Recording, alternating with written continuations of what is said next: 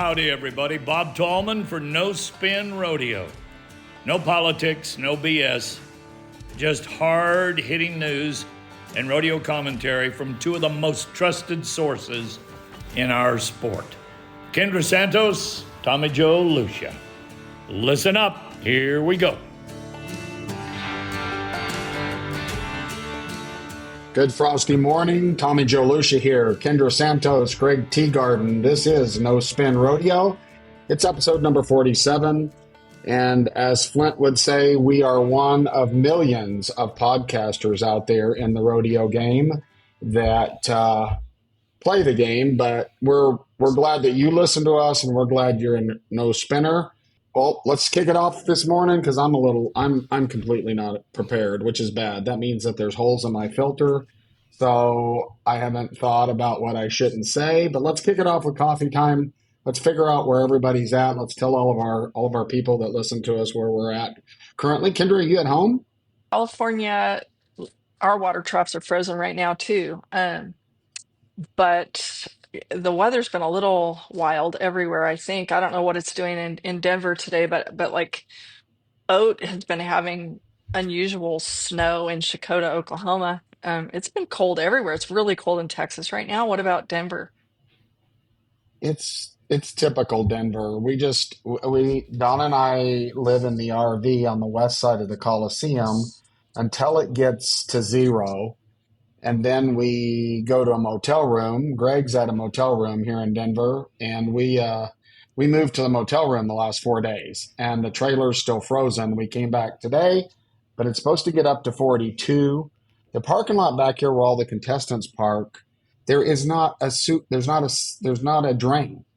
So Don and I were talking about when this stuff melts and then refreezes tonight, you possibly could ice skate on it, I'm betting. So it's walking through the barns every day.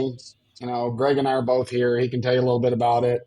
We live in the Coliseum here, or the Denver Coliseum at the National Western, and so we've been immersed in everything from Colorado versus the world to the Mexican rodeo to 5 brackets of PRCA progressive rodeo, an Equicross event, MLK last night. So what did I miss, Greg? No, that was the PBR. We did 3 PBRs. Oh, the PBR. Yeah, we did PBR. So we've got, what's today? Tuesday. We're out of here Sunday. We've got, I don't know, 8 or 10 or 12 more performances of PRCA events. To do one perf tonight, which allowed both of us to jump onto the podcast. One of the few days here that we don't do 2 or 3 performances a day. And the crowds have been big, and God's been very good to us because so far my crew has not gotten sick. And usually that's what we're worried about, is who's going to get sick to the point where they can't work that night. And knock on something, we've made it. And you can see I've got my appropriately colored Colorado beanie on because it's all inclusive, which Denver is. Skating rink in the Cowboy parking lot, that it might be a good time to take your saddle to the barn and also not ride to the arena. Maybe lead your horse. Yeah. Yeah, for sure. There's a big door back there with the big, if you've been to all these things become kind of impressioned in you, but this big giant double door with the big metal handle. And that's part of what makes it nostalgic, right? Greg, what about you? What's your take on Denver so far, the National Western? It's just cold. Our trailer's out back behind the Coliseum, and it's only like a 100-foot walk, but by the time you get to the door, you're freezing, and it's snowed, and it's starting to get icy out there now. So we've been, trying to get melt put down so we can get the ice down. But the shows have been pretty good. The rodeo's been pretty good. We've been having a great time in the truck. So, all in all, it's been, a positive experience here. Our immunities are strong after kicking the NFR crud, right? Surely people don't just go get sick right back to back like that. Yeah, they pretty much do. Yeah. Yeah. Oh. Yeah. Well, because we go back to like the more temperate, in Texas and North Carolina, and then you come back here to the cold and it just punches you right in the gut. So Yeah. I almost had something at the beginning, but I was able to knock it off before it got too crazy. So But it's a Yeah. dry cold. yeah, Yeah. That makes very it so dry. much better. Yeah. Yeah. That makes it so much better. Yeah.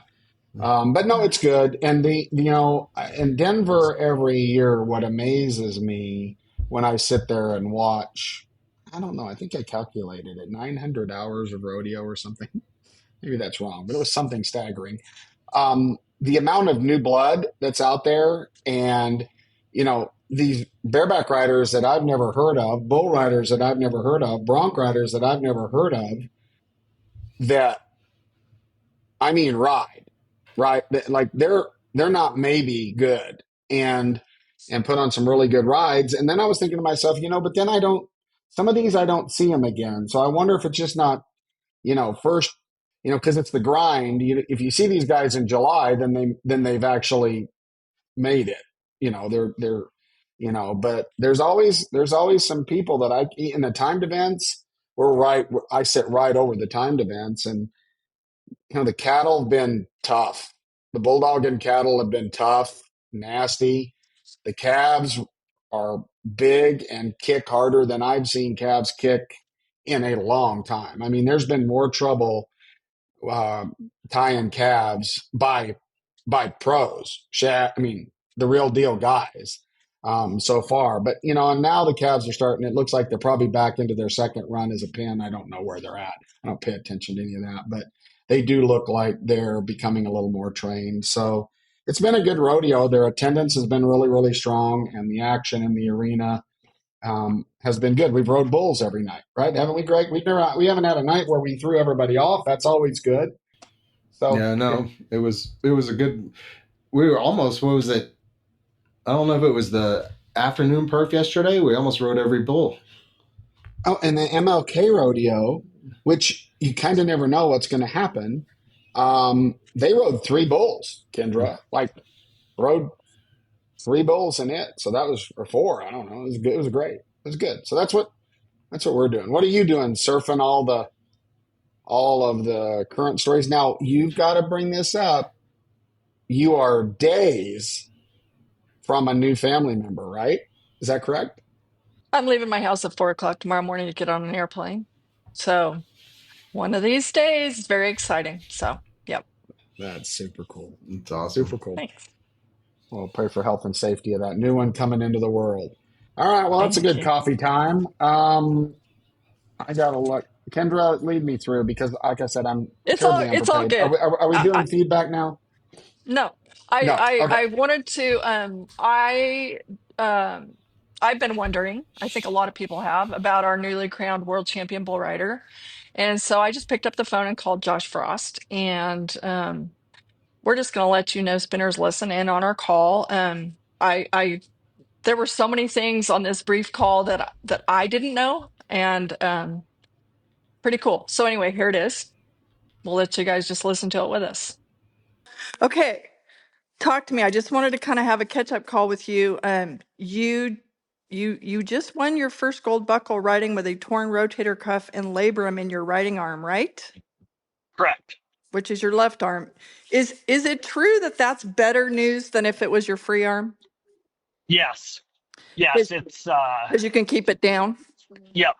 Yep. Hurts getting off sometimes, or if it gets lifted, but the actual riding part didn't cause any pain whatsoever. Okay.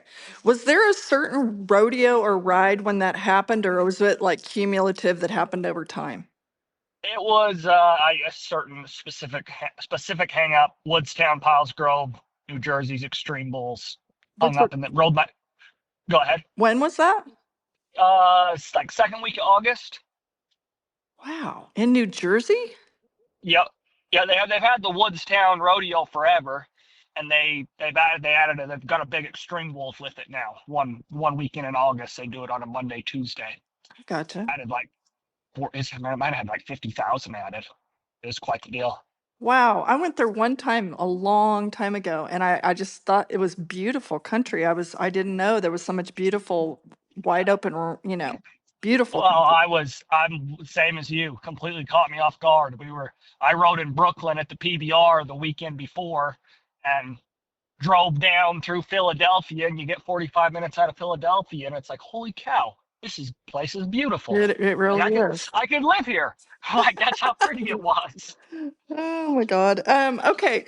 Talk about the lengths that you went to try and avoid surgery because you took a trip to Mexico, right? And wasn't there some special rehab with a Canadian connection where you were trying everything that you could think of internationally and beyond to avoid surgery, right?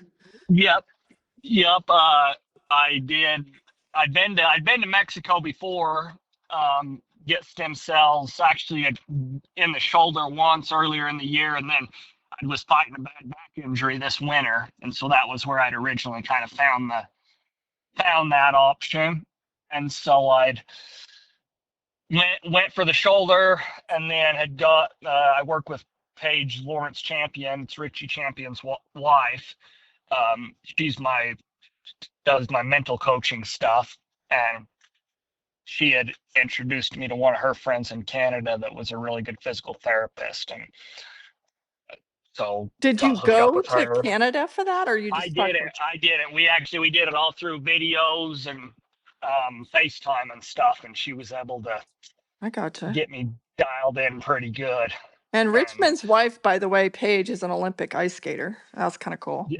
yes, Um, so you did everything you possibly could, but in the end, like, okay, so in the end, you had to go forward. But before we get there, how hard was it to like suck it up and grit and grind your way through the finals? Like, did it hinder you, or was it more a matter of pain management? yeah, I had it feeling so good, and through the course of the physical therapy, like it had dislocated on me probably 5 times in November Ugh, through the course of working out. There was times during my physical therapy it came out if I pushed too hard. Also had it happen on one practice full, and then I also jumped off a fence. So like I kind of knew it wasn't stable, but within 12 hours it would feel great again.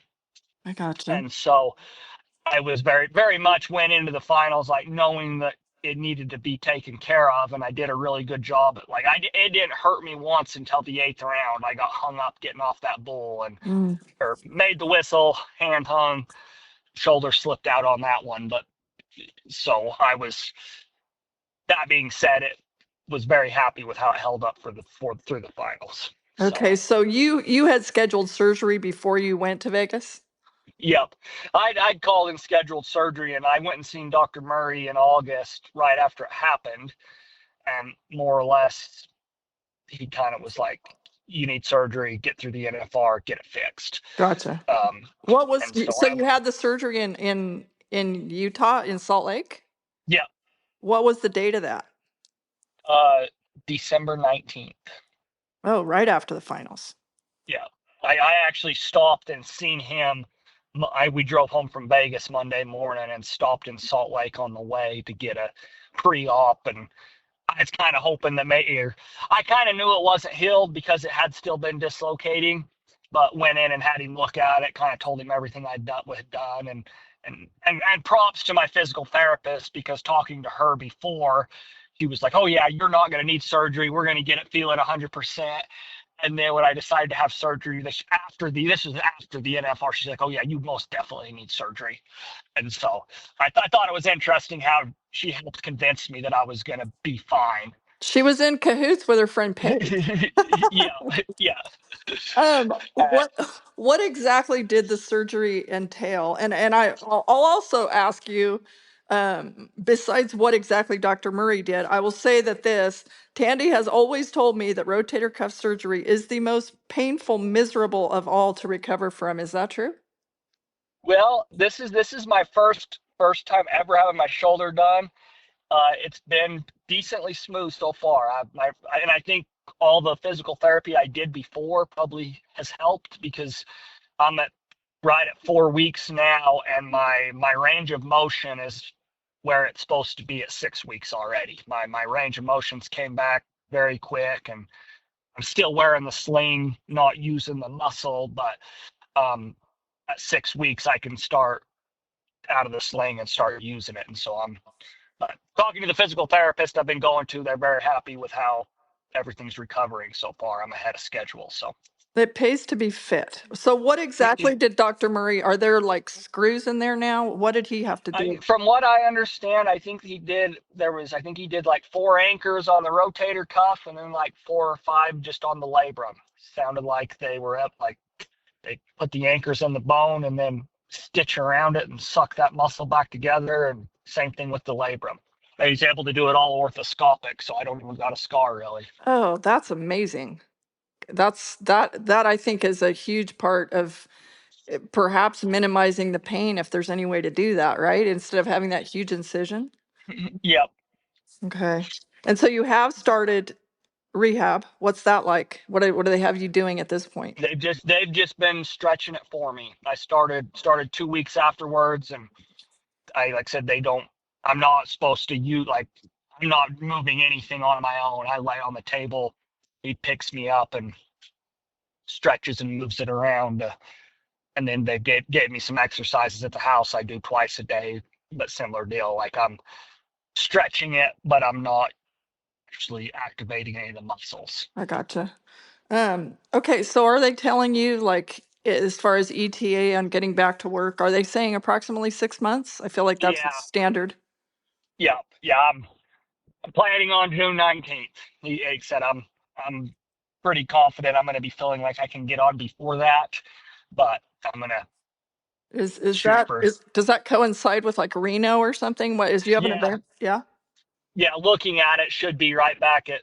Like I said, I think Reno's Extreme Bowls is usually that week, and I some gotcha. sort of start of Reno, and so I guess that would be the tentative goal, depending on how everything's feeling. But I feel with how the like first 3 weeks of physical therapy have been going, I see it progressing very relatively quickly. So that's awesome. There's only so much you can do to speed up the healing process, but the pre injury fitness, it really does move the needle. And I also feel like using like one example that quickly comes to mind of last year when Ty Erickson was rolling and then he wrecked his ankle at Clovis, and I feel like him having a specific event in mind, like that really helped him with his working so hard at rehab. Like he just wanted to do everything he could think to do to he kept his eye on the ball, and the ball was on Calgary, coming back for Calgary, which was so cool, and those comeback stories are so fun to write. Like he wins Calgary coming back, but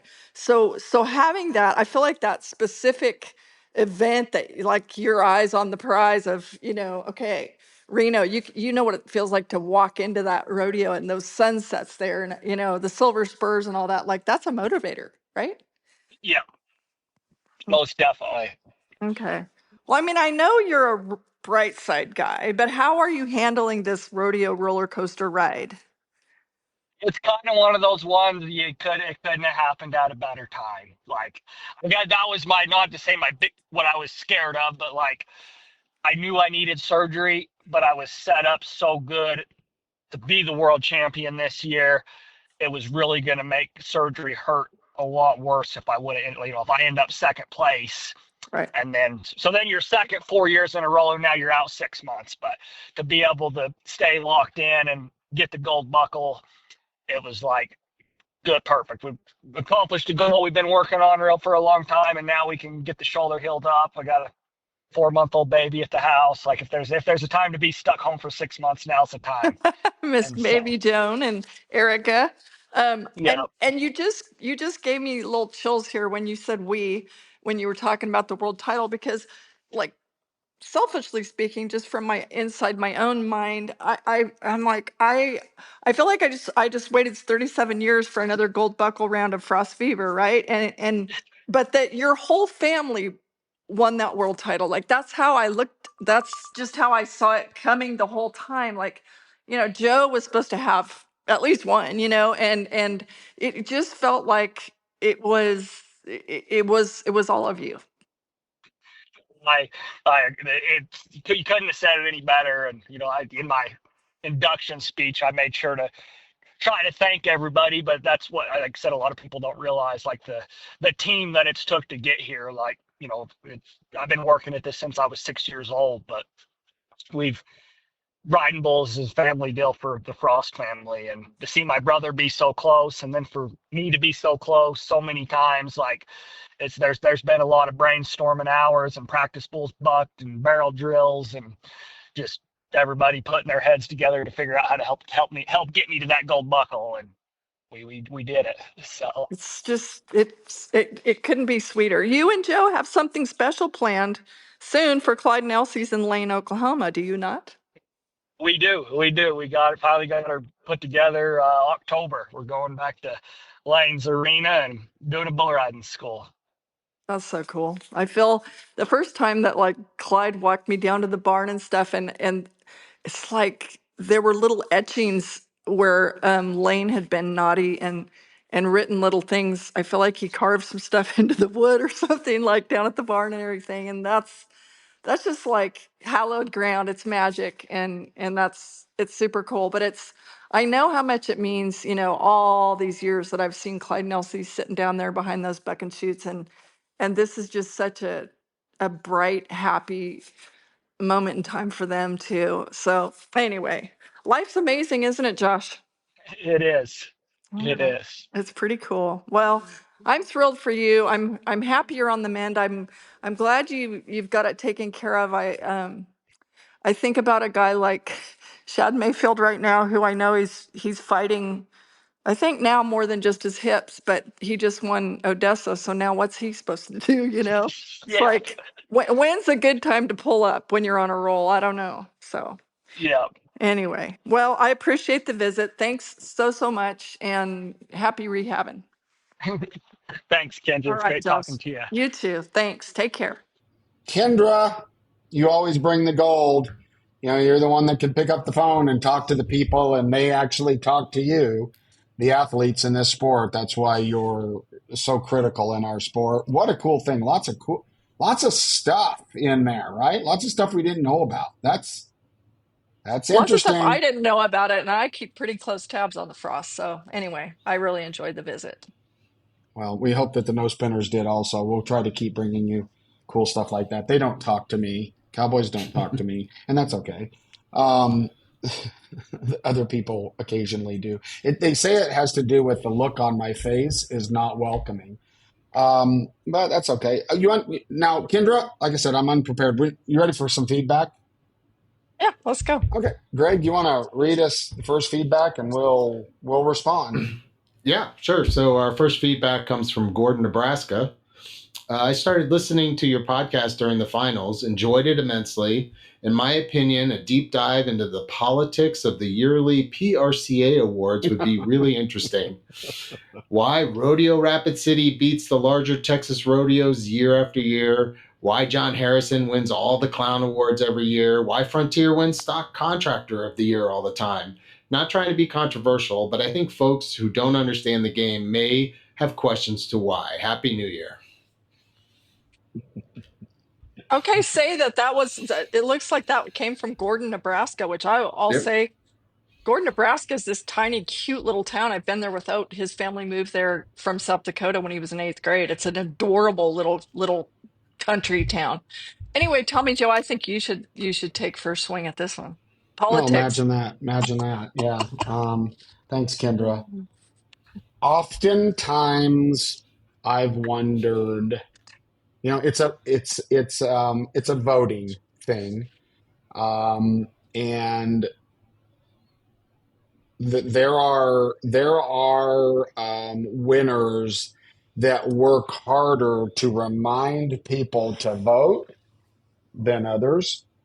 Um, I've even heard of emails getting sent to potential voters, and I'm not going to mention any names, that was the exact same email that the person voting got the year earlier with a change of date. Hey, what you been doing? Da da da. And the email was exactly the same, right? It's like, oh, it's time to send out my emails for voting for XYZ of the year. Well, I've always, I'll t yeah. let me take it one step lower than that. One step lower than that for me is having your freaking wife call around. Will you vote for my husband? Seriously? because that happens. And I'm so embarrassed for the people who will allow that to happen. But go ahead. Well, and I've said all along, there are times when I think the right people win. There are times when I think they don't. I think this probably happens globally in awards competitions, right? And there are there are people that probably should win. There are rodeos that probably should win that don't. I've always said I think it's a conflict of interest if a cowboy can sell a patch to a stock contractor, right? I think that's a conflict of interest. I mean, but or it'd be the same thing as selling a patch to a judge.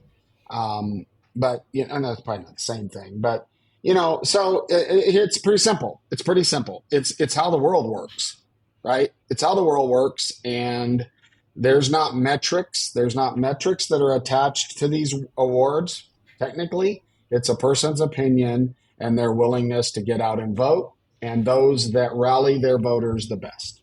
That's what I I'll What stand say for. this. Well, the years ago when I worked in the PRCA office, I think it's still the case. The actual voting numbers were pretty low. I totally agree with you that I think it's funky for cowboys and cowgirls to be wearing a producer's stock contractor's patch as a sponsor is funky. I think it's funky when stock contractors pay certain contestants entry fees. That just doesn't feel right. Mm-mm. But I Yeah, mean, what do I know? But that feels weird. It feels a little sketch. what yeah. is the I impact? What is the impact of the award on a person, like in the industry? For example, I can understand like certain, like clowns probably has a bigger impact saying you're clown of a year, but like stock contractor, does that have any business effect on how you go out and sell your business to different rodeos? Oh, I think absolutely. I think I think that perception is reality within our game. I think a lot of contracts are awarded because guys have won personnel awards. So I think it has a positive impact on you. But I think being in the top five does also, right? I think top five, if you look at the top fives, usually there's not very often that I look at the top fives and think that you know somebody may have been left out. And that's not. And again, I'm going to say this. I'm not saying that everybody that won or didn't win didn't deserve it. I have my opinions on all of it. We all have our opinions. I do think some are deserving of it. Others, it's it to me. What I would like to see is the same thing I'd like to see in the U.S. Congress, and that is after you're there and on there so long, you cap out, dude.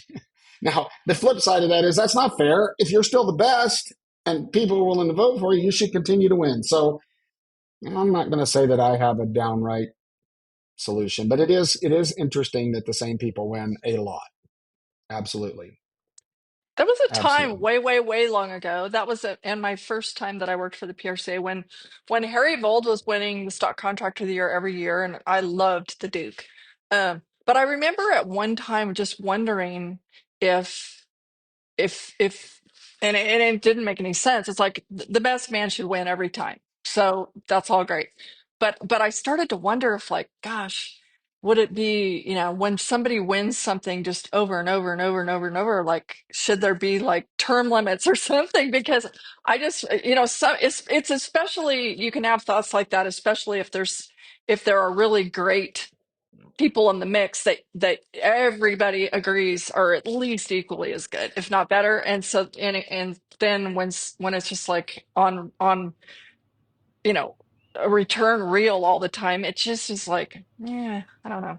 Anyway, And they a couple things that I think are interesting to add to this feedback is that the PRCA has done a good job in their or getting better in their IT department.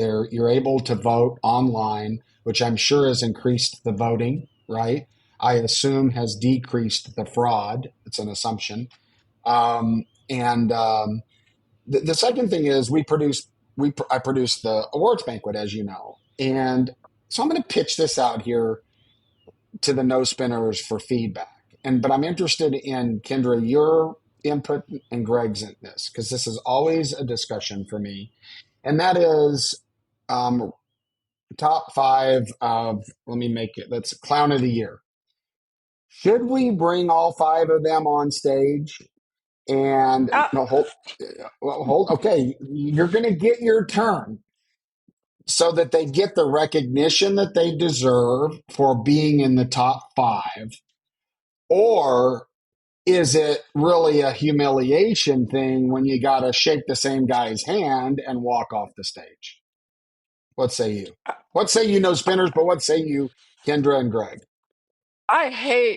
I hate that for people because I think it's so awkward. It's like it kind of reminds me of a beauty pageant when the winner is like, and everybody else is like, oh, get me out of here. I just want to disappear.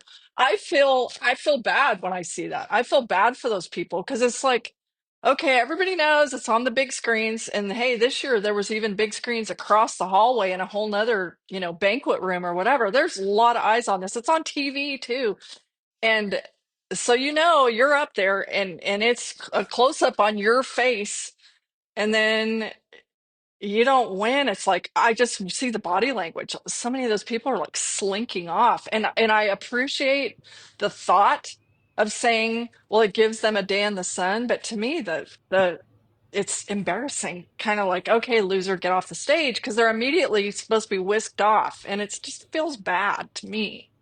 If you're in the top Oh, five, you're a winner to me. What do you think, Greg? I agree with that. But I just think it's awkward. Go ahead, Greg. Yeah, it is. So I think we need to recognize the top five people. I like them being up there, and you see this group of people that have done, you know, a great job over the past year to get to that position.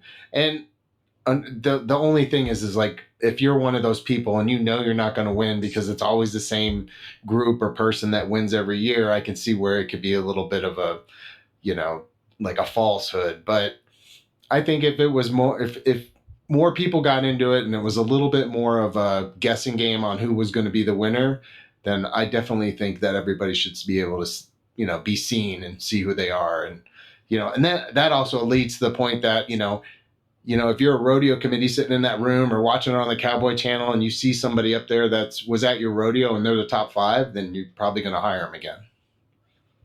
And we Yeah. could do it. Hey, We could do it with photos. It's also operational because if you remember, there was a time that every winner got up from their table and walked to the stage, which added about an hour to the awards deal. Because by the time you high five and hug Aunt Bethel and kiss Sarah Lou, and so maybe we look at putting them at a holding area, right, where it's a quick shot of them, all five, right? And they're not on stage, with a backdrop, and then follow the winner onto the stage or something. But I think it's worth conversation. I think it's are worth there conversation. people who actually go to great expense that wouldn't make that huge trip to Las Vegas, or is everybody there for the convention anyway? Or are there people who go all the way there and then they lose? I don't know. Well, and again, so it's personal narrative here. Your whole family comes there in case you win. And I'll tell you the other thing that's interesting. I have personal experience with this with my dad. My dad was nominated for Contract Act of the Year. I don't even know how many times. And it gets to the point that you lose so much, and I bet there's some no spinners out there, that you really don't think you're going to win, right? You don't, it really doesn't even, and that's why occasionally you'll see someone come on the stage and win that is ultimately shocked, right? Like, and that's great TV. It's great emotion. Like they really, it's not oh, I can't believe I won. I can't believe no, it's oh my God, I won is No, this real? that is super cool. Remember though, years ago, was it Tallman who kept getting announcer of the year and got up one year and finally said, enough's enough. I'm not winning this next year. Vote for somebody else. Was that Tallman? I think it was. I Uh, think it might have been. Yeah. Anyway, but we better Well, keep rolling. yeah. Yep. Feedback number two, T All Garden. right. This one's from Salinas, California. Sure love the Love 10 Salinas. daily broadcasts and wrap ups. Was upstairs at the convention every morning and couldn't get down to see y'all in person, but they love the podcast. No bull, no filter. keep producing them, please. Oh, and who won the tattoo league? I'll Oh, go. I'll go go. because it's funny to me anyway from NFR 2024. Jeff Metters won it, okay? And I didn't realize till after the run of the NFR. In my phone, right, obviously next to each other are Jeff Metters and Jeff Medlin. Medlin being my NFR team repper friend whose kid Logan was doing all kinds of good at the finals this year. And I didn't realize till the run of the finals was over the poor Jeff Metters, I was blowing him up every night that Logan Medlin would do good. I'm sitting there texting from the seats to Jeff Medlin, I think, and talking to him about his kid's horse cantina. Meanwhile, Metters is in the booth, like, why is Kendra talking to me about the bar? She knows I'm on TV right now. Anyway, oops. Okay. First place, Metters in the Tattoo League. Last place, Everything Rodeo. I'm not sure who that is. But I will say this for Team No Spin. Tommy Joe finished seventh, and I finished ninth, which couple Which of was an amazing comeback because you top were looking teners. like ink for the first 5 days, 4 days. It was looking like you could be stamped. Okay, yes. And in the beginning, there were some knockdown barrel issues. Ultimately, what got me was my one event, what I went with a sentimental pick instead of being an assassin. And next time I'm just going to be an assassin because my one pick where I'm like, oh, but he high school rodeo. Stop it, Kendra. The pick you should have made because you had the money to do it would have Yeah. ended up with first place. But whatever. I think both of us being top 10 is respectable. It Yes. is. It's good. It's good. That's All a right. fun deal. It is Anyway, great. Yeah. And roll and on. they were you're good. Keep going. What you got, Okay, Greg? this one's coming from 502 area code. Why do they make it so hard to see special events like the American or the Kid Rock Rodeo? I can't even find a post saying where it's at. I'm looking I am looking for it. How are you going to get new fans if who have to stumble across it? Well, I'm just saying, don't feel alone. Um, Yeah. this is yeah. I've covered rodeo all day, every day for the better part of 40 years, and I feel in the dark sometimes. What do you think, Tommy Joe? Well, I think this plays into what I think we're going to talk about for the rest of this podcast. Um, yeah, we feel the same way. We are just waiting to find out, is this approved? Is it not approved? What's it's on? What is it? Where is it on TV? Is it on TV? No, it's not on TV. Where do you find it? You got the PBR deal out there where, you know, Merritt Street and Dr. Phil, and then no Dr. Phil, and the PBR was doing a really strong promotion here to say you can find us on our YouTube channel and all over the place. And we know that the PBR has. So here's some of the backline stuff. The PBR has a relationship with the WCRA and the Kid Rock Rodeo, and they have a relationship with CBS. Okay, so most of the CBS content is driven by partnerships in and around the PBR. Now, Teton Ridge, the new owner of the Cowboy channel, is used. I'm 90% sure they're using the Fox platform, regional sports, for covering the qualifiers. And remember, that's the tough thing because we did regional sports in some of my other lives with rodeo, and Fox Regional is great, but you can get bumped all over. So even if they wanted to tell you exactly when they're going to air on Fox Regional, they don't usually know till really late in the game, right? Because if this team wins in that region, then all of a sudden they take your spot and rodeo gets bumped. So Fox Regional has a lot of homes, a lot of people watch it, but it's very hard to know when you're on. And San Diego, I don't think San Diego was on. Was it on anything? Again, you're looking at a guy that's in the industry, and I don't know if it was televised. The Cowboy Channel didn't cover it, did they? I don't think I don't so. know. I do. There was some of that, but let's take one step back before we get into our overall conversation if we could. So I have two little tiny pieces of housekeeping before we just go all in for the rest of the show on this topic, if I could, because there's two little things that I just want to mention. One, we're recording today on January 21st, and yesterday was the 50th Cowboy Downhill in Steamboat Springs. That's pretty cool. That's been a fun thing for Cowboys, I mean, for half a century. And when I think of that, I will always think of Larry Mahan and Billy Kid, right? That they were like the original gangsters on that. But that's a cool thing. That's been a lot of fun for National Western Cowboys for a really long time. And the other thing I wanted to say that I think is a good thing as we get into fragmentation and different things, cool, is that 2025 we're going to have the 10th anniversary of what started as the Junior National Finals Rodeo, and then for, I guess we'll say, political reasons, became the Junior World Finals. And in this 10th anniversary year, it's going back to being the Junior NFR, and I'm really happy about that. And Oat and I do the junior steer wrestling, and it just feels it's unifying and cool. And if I'm a kid, I would love to be a contestant at the Junior NFR instead of something else for political reasons. I'm just really happy that Las Vegas Events and the PRCA were able to come to terms on this, because I think it's good and unifying for rodeo. And if every chance we get to unify, we should, because anyway. So okay, so our greater conversation here, what constitutes cowboy progress? And it's part of it is because, just like we're skipping all over the place here, it feels like there's an every man for himself mentality in rodeo right now. And the question is that what's best for rodeo?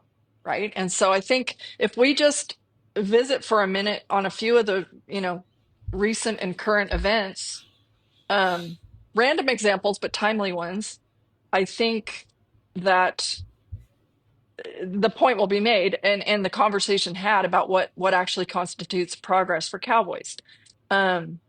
So we talked quite a bit about Denver, but is there progress being made at Denver? Um,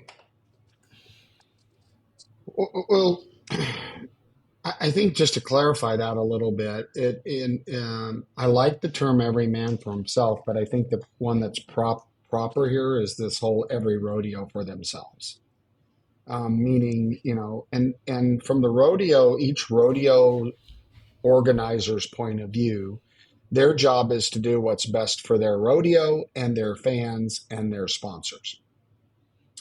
And we have seen historically, right, for a while now, and it really started, you really trace this back, correct me if I'm wrong, Kendra, but the first time we kind of saw organizational, or where Cowboys kind of jumped over here or over there, was, PRCA, BRO, PBR, right? There was a time when, are you riding in the BR, is it BRO the cool? Is it PBR the cool? The bull riders not going to the PRCA? Are they going to the PRCA?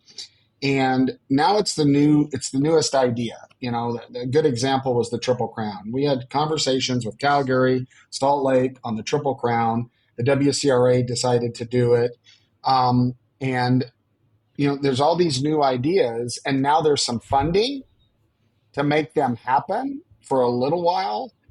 But the question is, if you don't do this stuff collectively and together, so let me just talk about Denver. I think, there's arguments about progressive rounds and stuff like that. The competition and the infield entertainment to the live fans here is compelling, and the crowd is loud and they love it.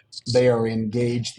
So from my perspective, right here in Denver, we're doing good for Western lifestyle. It's an entertaining product. Horses are bucking, some don't buck, but the horse, you know what I'm saying, Kendra? And everybody will come through the doors here. There isn't very many that don't enter Denver. Pretty much see everybody. So I'd say Denver's a win. It's on the Cowboy channel. The Cowboy channel's a win. There was a time we didn't know if it was going to be, really. It's a win. So I would say Denver goes in the plus market. Okay, well, yeah. So okay. Well, so Well, to take it a step back before the BRO PBR example of like, I don't know if fragmentation is the right word, but every man for himself certainly is. Back before that, remember all the way back when Cowboys would compete at before the PRCA, RCA rodeos, and also go to open or amateur rodeos. And then came a time where the mothership said, you can't do that. If you're an RCA member, you cannot go to amateur or open rodeos. And then came a time after that where we went to court, and it was the right to work law says you can go anywhere and everywhere, which kind of brings us to today and all these opportunities. It's like, I love an opportunity for Cowboys to make a lot of money, but the fragmentation has to be at an all-time high for, like you were saying, to keep track of all the changes all the time, to keep track of the formats, to keep track of it. I promise you there's a lot of Cowboys who are having trouble. And let's go to our next timely example, San Diego Rodeo. Okay, I've lived, except for 8.5 years in Colorado, my whole life in California, which was the original cowboy hotbed. They all lived here, the generation before me.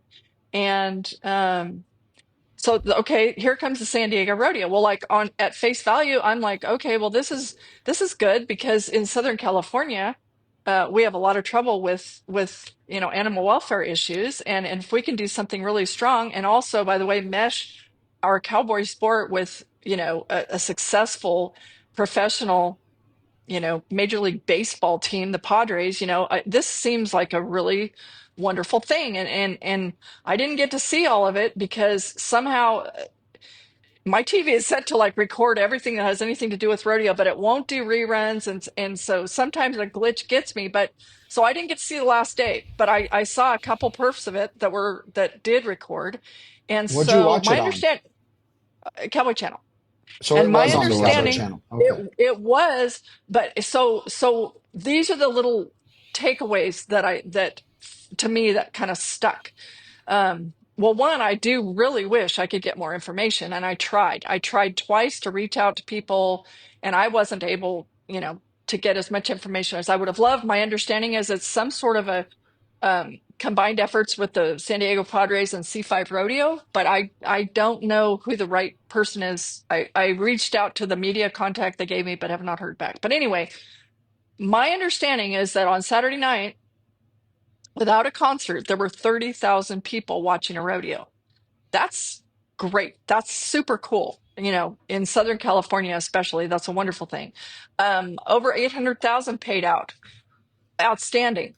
I'm still flummoxed as to who got invited because there didn't seem to be a rhyme or reason. It wasn't like, oh, there were X many from this year or this, and there were random people in every event. I have no idea who all won. The one person I think I do know, just based on accidentally finding out, was that a barrel racer named Jordan Driver won all 3 rounds on a very young futurity horse.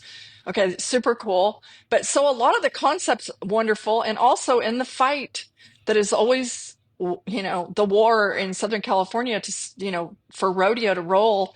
Um, Really wise that they brought in charros and Native American culture and had huge support. There were Indian tribes that were sponsors of this rodeo, and 3 Indian tribes, my understanding. And that's cool. It's smart, and that's a win. That's a win for rodeo. And so but I'm certain that the Charros stepped up in a big way and helped save rodeo when a lot of the LA rodeo ban stuff was going on. So but I know that on Sunday they had a top 8 and they had a final 4. But again, I don't know who got invited, and I don't really know who won. But I would just love, somehow, this is part of the issue of the fragmentation thing. Like, I want to know everything that happened there, and I can't find it.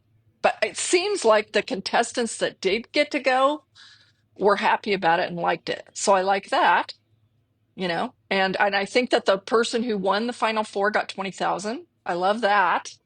So it was not a PRCA sanctioned event, but so there's a lot to like about it. And also a takeaway from it is that there was talk from C5 about this possibly 2025 possibly being Virgil's last year out there bucking, which is kind of a that's kind of be one to watch. But anyway, so okay, do you want to any comment or do you want to go to the next example? Just to clarify, so for some of the listeners, then you go to the next example, or I can go to the next example. It was Okay. not sanctioned by the PRCA. So just so if you're not a diehard rodeo person, remember that the PRCA collects the winnings for the year, and that's who dictates who's the top 15 to go get crowned world champion. We've had this conversation on this podcast before. There's a lot of quote unquote world champions out there, but the real world champions come from the NFR. That's just a fact. So that money didn't count. And flipping back real quick to the fact that what for these rodeos that want to do something that doesn't fit in the rule book of the PRCA, right? Let me give you an example. I want to have the calf ropers rope the calf and untie the calf in 3 seconds because we don't embrace that they need to stay down 6 seconds. That's an example, right? The PRCA says no, you cannot be approved if you don't do that. And XYZ Rodeo says, but we need to do that in our market. So then they go out and they do a non-approved rodeo. Now, one would think, well, but here's the deal. Because the Cowboys can go anywhere they want, if you have enough money and you invite a cowboy and the cowboy wants to go out there and win that money, then they're going to show up. Then said rodeo has just as good a contestants, right, for the fans, didn't have to follow the rule book. And so hence is what has created everything that we're going to continue to talk about today. Fair. And also, I the markout rule in San Diego, as another example, it was a 5-point deduction if you miss one out instead of a disqualification. And I don't know also how much of rodeos who decide to go out on their own, how much of it is because they want their own rules, and how much of it is because they don't want to pay the PRC the sanctioning fee. Is that 6% now or more It of is the total 6%. purse? It is 6%? Okay. 6%, but who cares? Because it's coming out of the Cowboys' pockets. I mean, I used to have that. I had that fight at Salt Lake City. I wanted the 6% that I'm given my prize money. I wanted that 6% to go back to the Cowboys and Cowgirls' pockets. But you know what? They don't fight for that. It's their association, right? It comes out of their check and they know it. And most of them don't even know it.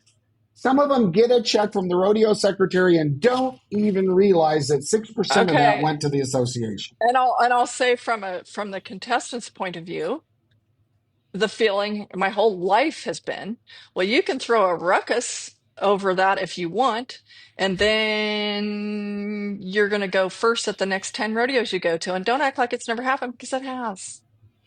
No, I get it, but I'm just saying from a committee standpoint, because I was one of them that fought to give those Cowboys back 3% of that 6%. There wasn't one cowboy or cowgirl that fought with me on that. So what do I care? We give away There, $800,000, and you can do the math. 6% of that goes to the association instead of the Cowboys and Cowgirls, and I could care less now.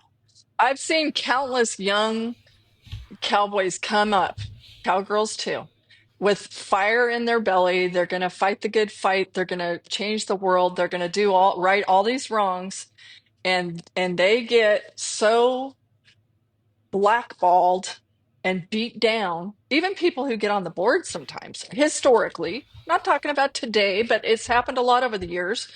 I remember Rod Lyman being the chairman of the board, and he was going to change it all. For every right was going to be wrong, and he finally tucked his tail and walked away because he was so beat up for years. Like, oh, you think you're going to do this? And he got gunned down, gunned down, gunned down. So it's Absolutely. not like the contestants aren't bitches if they don't stand up and boycott. Because by the way, we've seen a lot of boycotts where the next 15 people in line are standing on the street corner waiting to replace you. Mm-hmm. And it So, takes you a year to get back in, and some of them never got back in. yeah. So, okay, we better keep moving, but I mean, yeah, this Well, does get us let's both keep looking at the going. different types of events out there, right? That Okay. are, and because they're all happening right now. So Yeah. roll on. So, okay, so another one that I just watched, the American Contender Tournament West Regional Finals at the South Point. Okay, here's my very fundamental, and this was on FS1, Fox Sports 1. Um, and sometimes this aired in a very timely fashion. Sometimes there's a delay on that, and I think that frustrates some people, but I'm sure there's always a reason. But the big things that jumped out first on my basic understanding of this tournament finals is that uh, April 11th. Okay, so there's a East, West, and Central regional finals. This one in Vegas was the West regionals, and then there's Lexington, Kentucky for the East, and Central is in Tulsa, Oklahoma, I believe. And the top five from each of these three regional finals are going to meet up April 11th at Globe Life Field. Um, and then there's like a contender round on April 12th. I think the American's April 12th, I think. So anyway, this is Right, all right back to the no spinners comment. Keep going. Yep, yes. 11th and 12th. And I just so looked it up. okay, so again, these things that change, that there are tweaks to formats every year, it's hard for even the players to follow sometimes. But anyway, so when they have that 15 people, five each from those three contender tournament finals, meet up the 11th at Globe Life of April, then the top five from the 2024 world standings, they're all gonna go head to head to figure out who goes on to the American, right? But here's something that has happened the last few years where, quote, contenders who are not seeded from the previous year's world standings get to rope ride, run, whatever, for $1 million, right, at the Americans. So the a big one, there were three, big ones that stood out to me that, okay, on the 2024 NFR broadcast team for Teton Ridge were included Luke Branquino and Casey Field. Both of them came out of retirement. Casey, only a year removed or whatever. Luke, I think it was 3.5 years removed, and they came back and made their way to this West Regional final in Las Vegas. And by the way, both of them advanced the Globe Life. That's you know that's a pretty big one. Also back, and Casey was like, he's won the American three times, and he said, I'm still retired, this is just a proper retirement for me, is how he put it. And the way I understood it is that he's saying he didn't love the way his last ride went at a PRCA rodeo. So it's for different reasons. But you know how Josh Edwards retired last year from being a pickup man, as the pickup man of the year at Fort Worth, and then picked up the American because he'd given his word that he would do that. Well, this is a little bit reminiscent for different reasons, and it's a contestant. Casey's saying he didn't love the way his very last PRCA rodeo went. So he's trying to put the final exclamation point on his Hall of Fame career by winning the million at the American, is basically uh, what he's saying. And Okay, he's well, saying, that's a great narrative, and I'm not questioning what Casey's saying, right? I mean, that's good. That's a good way to approach it. However, if you start to look at the nuts and bolts for a Luke Branquino or a Casey Field or Stetson at this point, remember, people, on how the American works. This much I do know. They invite the winners from the NFR. Those guys don't, and ladies, they don't get to play in the $1 million bucket. They play in the $100,000 a discipline bucket. Okay, they don't have a shot at that. And then, and I helped with this a little bit. And then there was basically, think of it as the Pro-Am. The contender tournament is an opportunity for people all over to work their way to Globe Life Field, and they get to play in the $1 million bucket. We got a guy like Casey who still believes, and I believe can probably win this. Why would he not, right? Be what? Who could argue that he shouldn't go ride 4 or 5 or 6 horses with the potential to win $1 million? Luke Branquino. Why wouldn't he bulldog 6, 8, 10 steers to win $1 million? Now remember, if there are multiple winners at the American, they divide that million up. So you got to be a contender that got in, and the only contender to win to get the whole million. Otherwise, they divide it up. If you haven't played in this game and seen it. So, and Stetson, holy moly, right? Like if I was good enough to do that, I'd be like, well, that cut it in half, right? Yeah, you're pretty darn sure Stetson's going to go in there and go all the way. For Stetson Wright to be $1 million contender is wild, and I thought it was cool. His words. He's like most people say when they can't do what they love that they're hungry, and he's like, I'm deprived.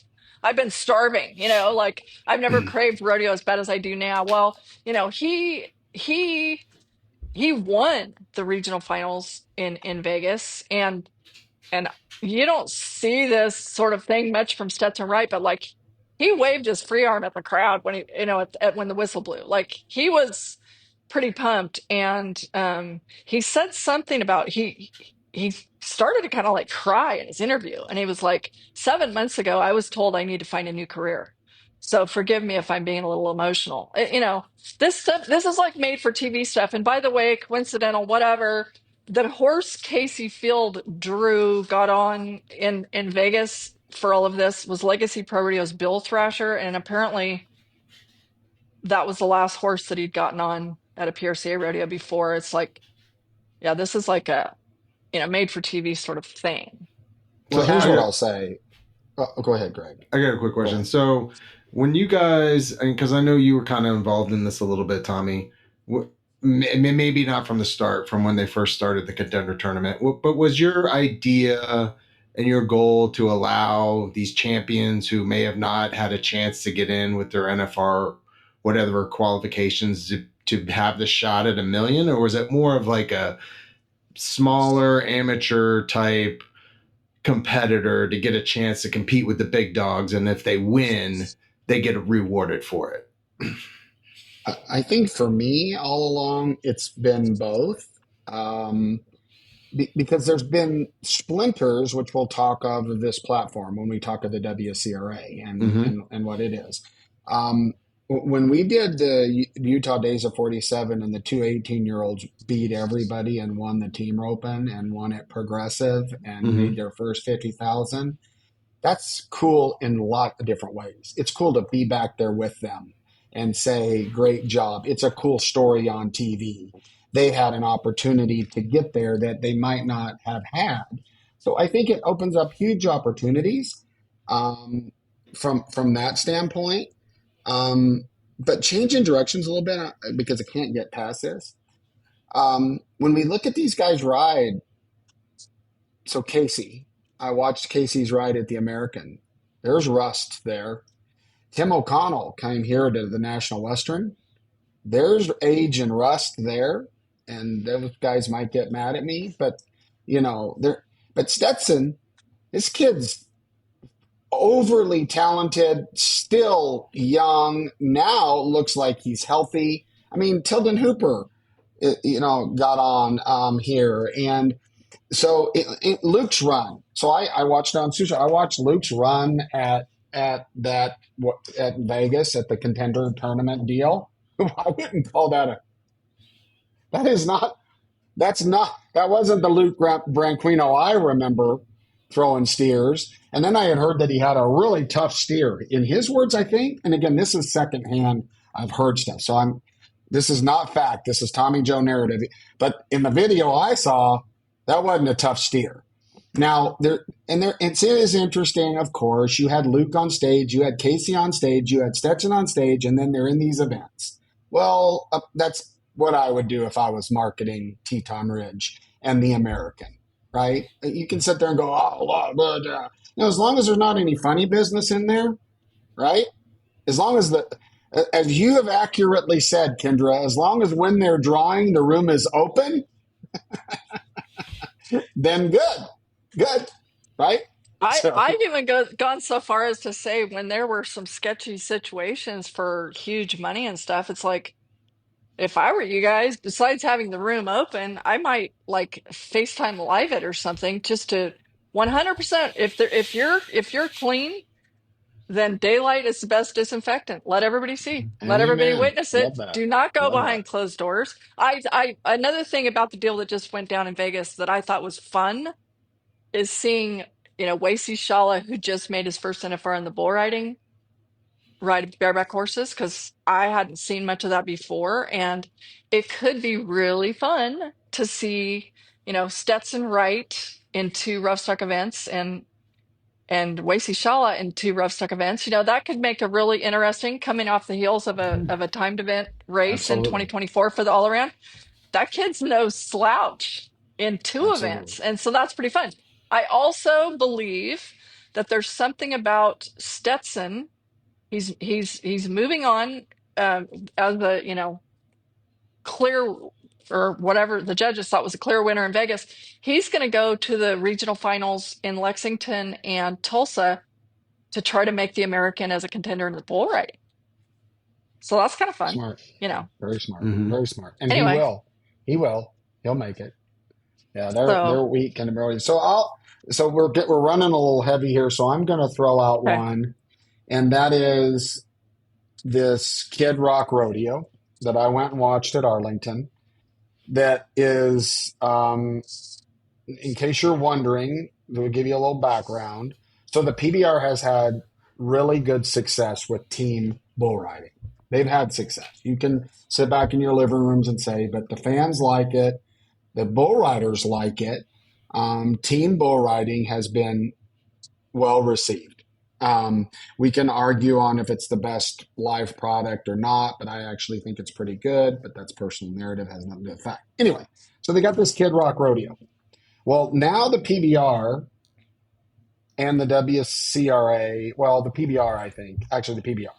So WCRA has a team, which allows them to continue to give a reason to be a part. Their process is you've got an app on your phone. Any rodeo you go to, you pay a small fee and you get credit for wins at all. And they do have a huge database of rodeos. Anything, uh, potlucks, timed event. They have scalings. If you pay your fee for Denver, it's more, but you win more points if you win Denver. And if you do the open roping, you pay less, but you get less points. So it's an interesting concept. And you put but you're still entering twice, right?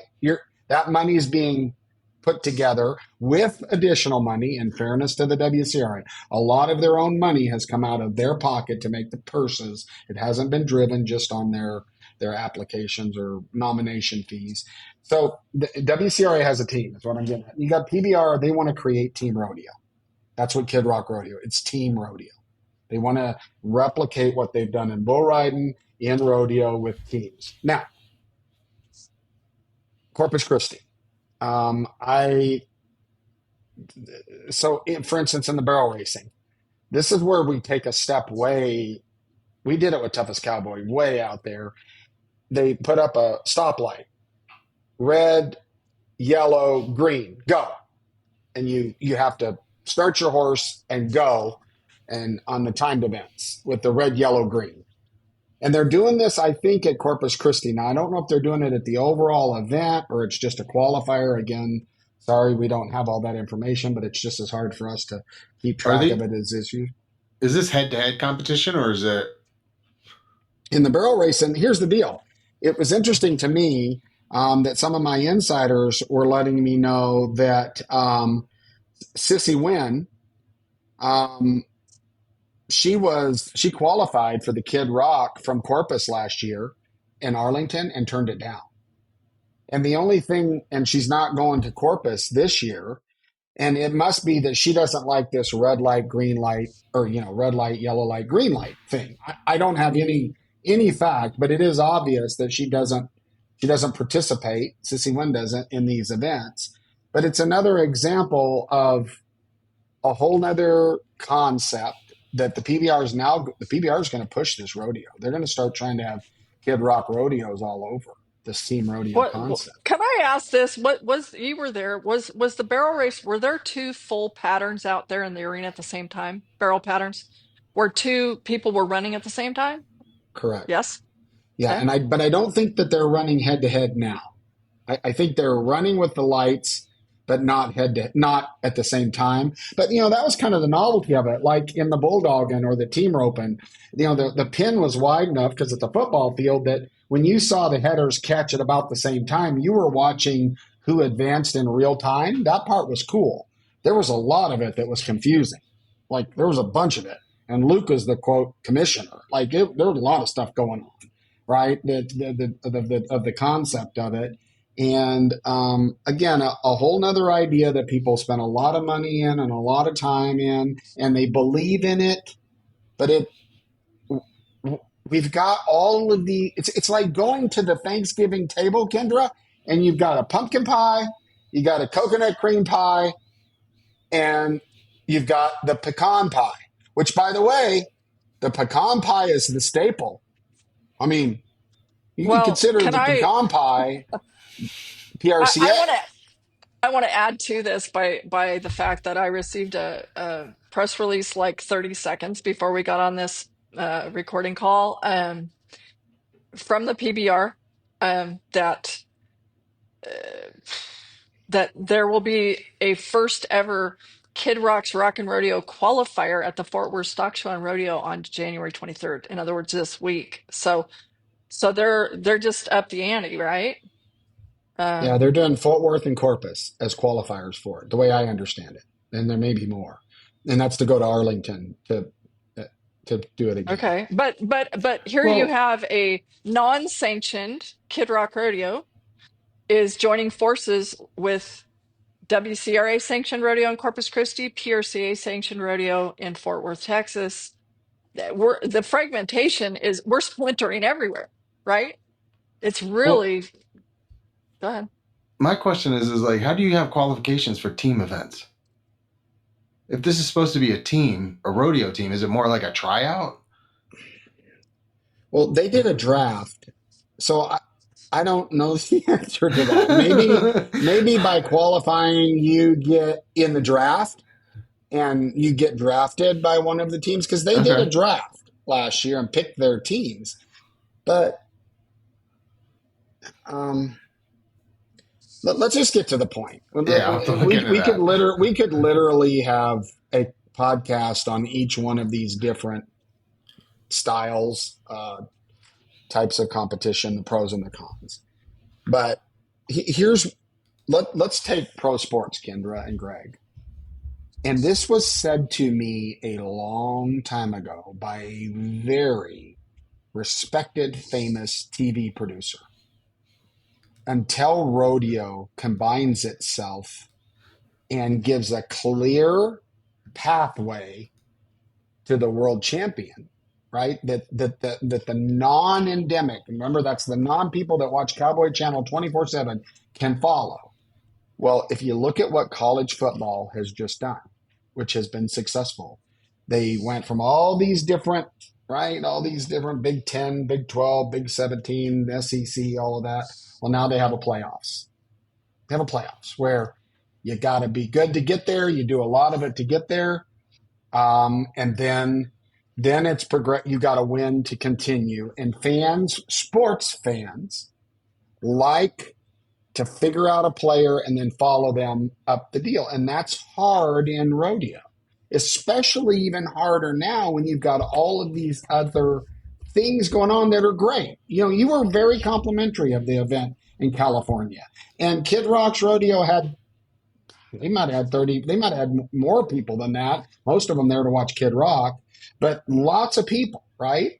But when you've got all of these different things, how do you If you're just kind of a part-time, you're a no spinner, you listen to it, you listen to all this stuff, and you decide you want to get involved, but then there's so many different pies to choose from, you know, it will be a great day in rodeo when everybody, don't know that it'll ever happen in my lifetime, gets in a room and lays down their personal interests and collectively does what's best for the life, for the lifestyle and the sport, if you want to be a sport. Otherwise, you're just great events, right, Kendra? You're really great events all over that really entertain the fans and give opportunities to win a lot of money. But it's going to be really hard to call yourself a sport until you separate the greats from the not so greats, until you start to say, look, you're in this group. You're remember we have the conversation about minnows in a shark tank. So all that stuff Well, is part of this. okay, so I guess we can go toe to toe on sudden death. It's a whole nother long conversation, heated at that, about um, world titles being any sort of sudden death situation. And part of that, why I would say that in rodeo, is there are so many, variables beyond anybody's control. It's, you know, college football. I mean, there's a football field, and I get it. I mean, it might be snowing, it might be raining, it might be home field advantage, it might be all these different things, but you surely, we learned in the 70s that it was a terrible idea to make world titles sudden death. I think, that's a whole nother conversation that we don't want to go down, I'm but not I'm yeah. not saying to make, let me clarify. Okay. Here's what I think. You have to make it simpler for people to pick a favorite and follow them. And if you compete in 200 rodeos, so I think that the playoff series that they've started is a good move in that direction. Compete, compete, compete, win, drive, beat all the odds, get into this rodeo. And this rodeo means something because it pays a lot, which actually pays your bills at the ranch. And it's worth something to win that. And the person can still take the back roads and drive 60,000 miles and have $200,000 in their credit card to get to the NFR, to make 200,000, to pay their credit card off so they can start over, drive 40,000, 100 million miles again. Or a guy like, I'm making it up, a Casey Field, right? Or whoever, right? That it would have the option of getting there a different way and making it a little easier for the fans. Besides, I mean, all we can do is look at the top 15. That's the only way you really know what's Well, going on, Kendra. You can't go find it and watch them. but You just look again, at who's winning. but it's, it's not black and white to me. Even the playoffs at the end, which, by the way, years ago used to be, the freaking Cow Palace was the playoff to the NFR in San Francisco. But we love the big money. It's very exciting when you get toward the end and you have Puyallup and Sioux Falls and all that. It's all very exciting, but and it's made for TV. It's also for every, like, this is a sensational story. This is stealing the headline story. There's also some heartbreaks where Joe Bob ate pig and strings was in the top 15 from start to finish, and he got bumped out because somebody just won 35,000 on the last day of the regular season. And I'm not saying you to stop progress. I'm absolutely never saying that. But it is not as simple as it might seem to heavily weight a few events. Of course, in my perfect world, we would have, a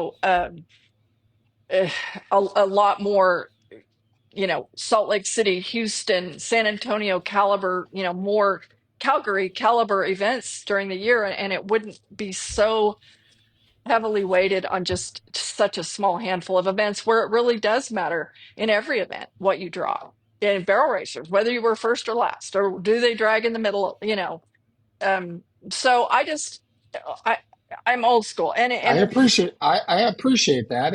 The thing is, our product is so unique that we try to force it into the sports category, right? But it's unique. I say this all the time as a producer.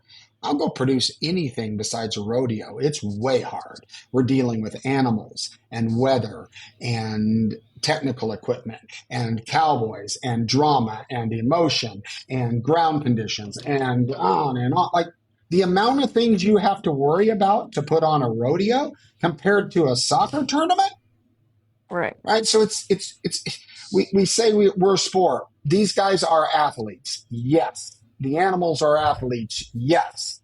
But we don't have umpires because umpires simply say he made the first down. It's black and white. He made the first down. The Well, ball is past it.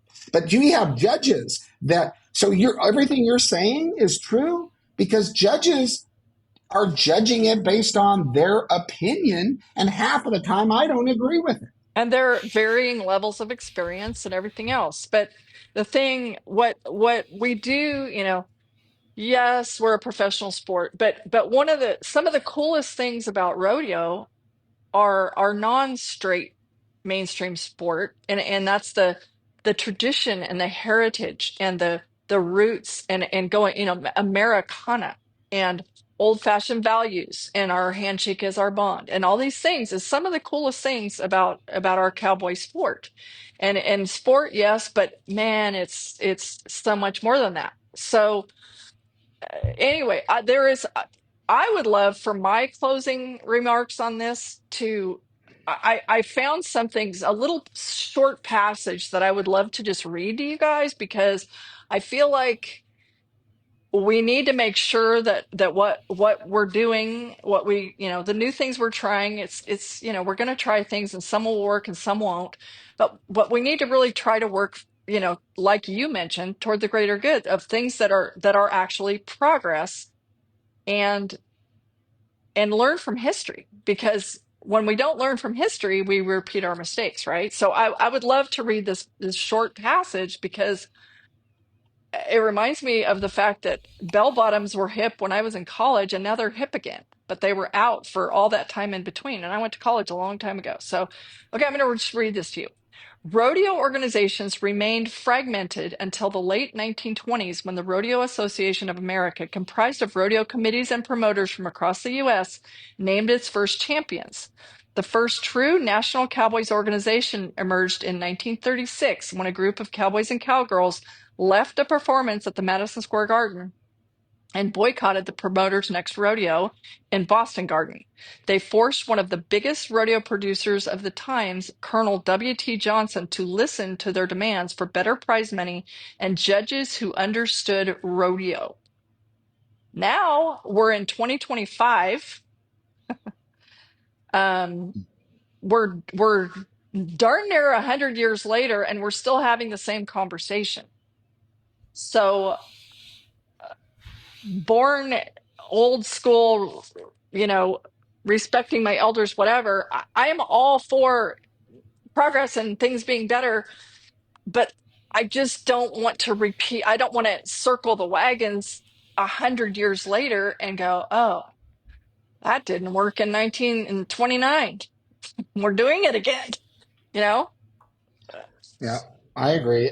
My last comment on this is that it's confusing. I don't care how, putting all that aside, it's confusing when you have multiple major events that that are not relevant to crowning a world champion. That's confusing for a sports fan. And yet, The the American doesn't really mean anything for crowning the world champion. That is just to somebody outside, right? That hadn't heard all this baloney and like, seriously? but they can go What? there that day and have a blast. And that's where I think we get caught in some of the weeds when people tell me that, okay, committee people, everybody wants to see the winner. That's why we're going to have these formats. Well, I'm sorry, but when you go to a rodeo, there are plenty of rodeos that we have that it might be packed with tourists. It might be half the people in the crowd might be at their first rodeo. The fact of the matter, I think we learned in part from 2016 that most people that go to rodeos, I mean, the NFR is hardcore fans.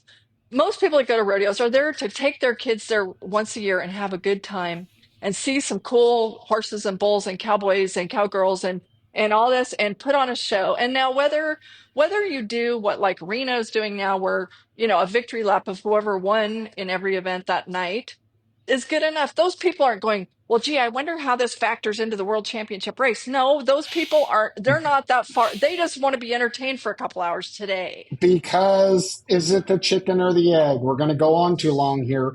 But if you take the people that we love, that we know personally, and you expose them to the world, then the world will love them as much. And when they come to that rodeo, it goes right back to our no spinner. Most of those people in the stands can't even find out who's winning, losing, where a rodeo is being watched. That's the reason that it's still considered just a show, right? Because we don't give our fans the opportunity to become vested. I like Josh Allen because I've heard him talk. I've seen him. He seems like my kind of guy. You don't get to do that in this game. So on one hand, we have fragmentation, maybe harder to follow. On the other hand, we don't have competition is healthy. Healthy competition is healthy, right? So maybe, competition on the flip side, there are pros and cons to everything. But on the flip side, some of this healthy competition will keep people honest, keep people pushing for more, keep people trying to do better, which does result ultimately in progress. I agree. Greg, anything on your end? Otherwise, I'll wrap it up for this one. Yeah, just a real quick thought I was having.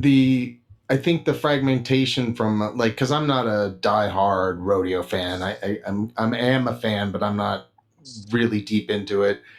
But from my point of view, there's so many different events. There's so many different competitors. It's really hard to kind of focus. Like instead of you're a football fan, you got your football team, you know who your quarterback is, you can follow it.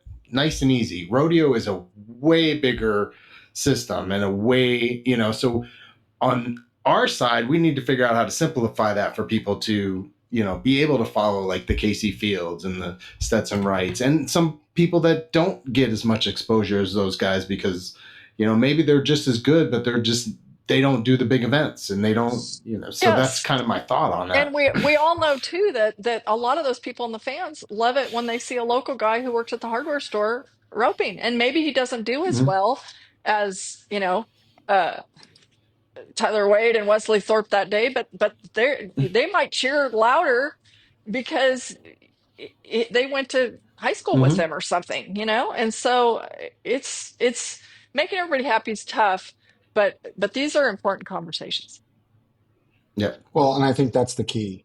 No Spin Rodeo was originated and continues to go with one simple platform, opening up communications about our industry and hot topics on it and talking through it. As long as we continue to have conversations, neither one of us in this podcast nor a lot of the other experts out there on your couch are completely right. It's a very difficult waters to navigate. We are growing. There's more money in it. Rodeo is a fantastic sport / entertainment / family product. It will never take anything away from us, no matter how we do it. Maybe we ought to get out of the weeds and just fly up in clean air for a while and enjoy our time and quit talking about all this junk that seems to be circle after circle after circle. Well, and so yes, your kid, Cowboys are the coolest, Cowgirls too.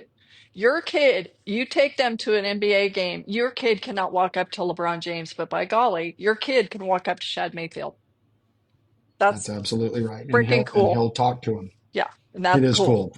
Well, this is our episode number 47 of No Spin Rodeo. Thanks for joining us. Remember to live in the moment. Maybe get out of the weeds a little bit.